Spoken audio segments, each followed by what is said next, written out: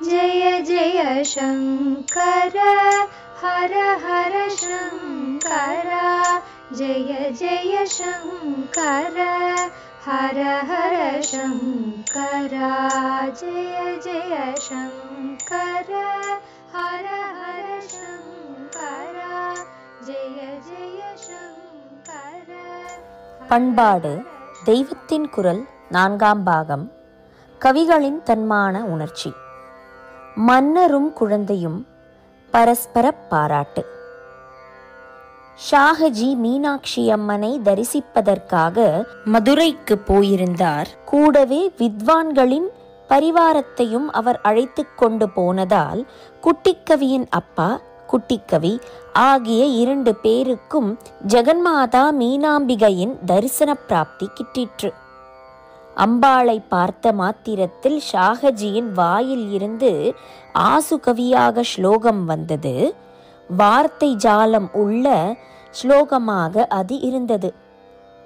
புரி மதுரம் கிரி மதுரம் கிரி மதுரந்தர நிதம்ப பாராட்டியம் ஸ்தூல குச்சம் நீல கச்சம் பாலக சந்திராங்கிதம் பஜே தேஜக என்பதே ஸ்லோகம்.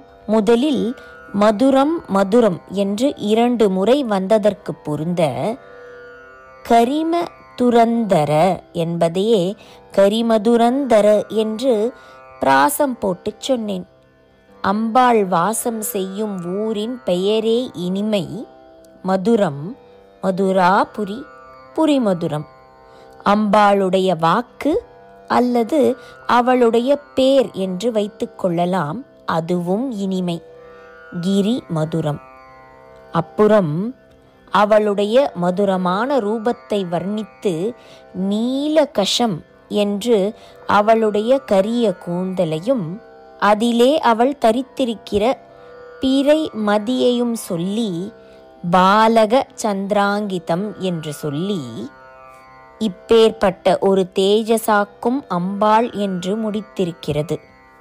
இந்த ஆனந்தமான கவிதாரச பிரவாகத்தை காதார பருகிற்று பக்கத்தில் இருந்த குழந்தை கவி.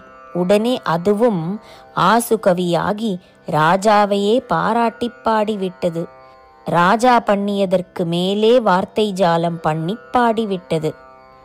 கவிலோகே நவிலோகே புவிலோகே சஸ்ய சாஹஜே ரூபமாம் ஹிருதிதரசா அவிதிதரசா ததிதர சாகித்ய வானமே லகதி.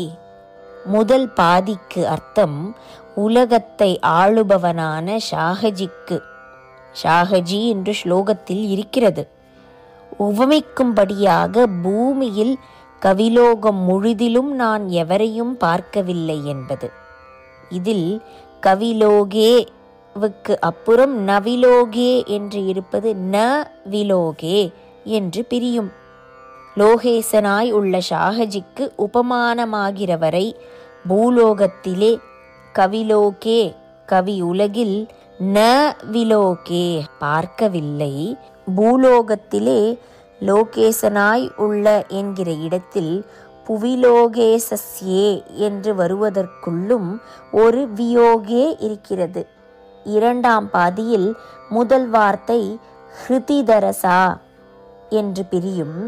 அடுத்தது அவிதிதரசா இல்லை, அதை அவிதிதரசா என்று பிரிக்க வேண்டும்.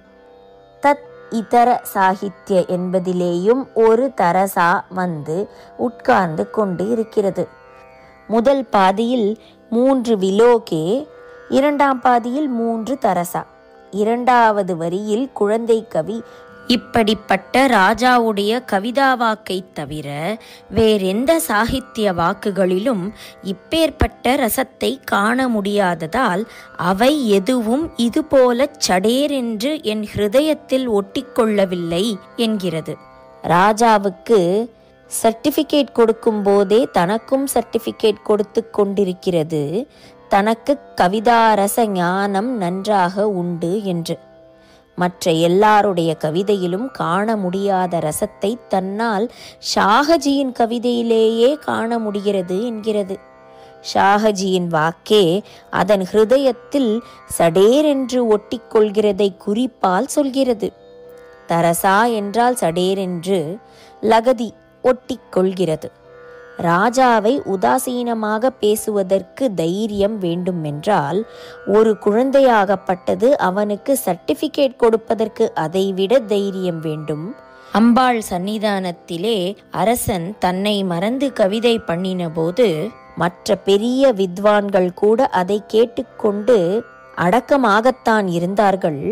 அந்த சந்தர்ப்பத்தில் குழந்தை இப்படி டான் என்று அவனுக்கு சபாஷ் போட்டு ஸ்லோகம் பண்ணிற்று என்றால் இதுவும் ஒரு கவிக்கு அரசனுக்கும் மேலான ஸ்தானம் உள்ளதைத்தான் காட்டுகிறது. இந்த சமயத்தில்தான் ராஜா குட்டிக்கவி என்று வஞ்சேஸ்வரனுக்கு பட்டம் கொடுத்தார் என்று சொல்லுவது உண்டு. ராஜா நல்ல கவிதை பண்ணின போது சபாஷ் போட்ட அதே குட்டிக்கவி ராஜா தப்பு பண்ணின போது அவனை வாங்கு வாங்கு என்று வாங்குவதற்கும் சளைக்கவில்லை. ஆனால் தப்பு பண்ணின அந்த ராஜா ஷாஹஜி இல்லை.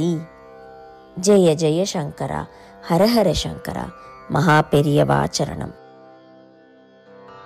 जय जय शङ्कर हर हर शङ्कर जय जय शङ्कर हर हर शङ्कर जय जय शङ्कर।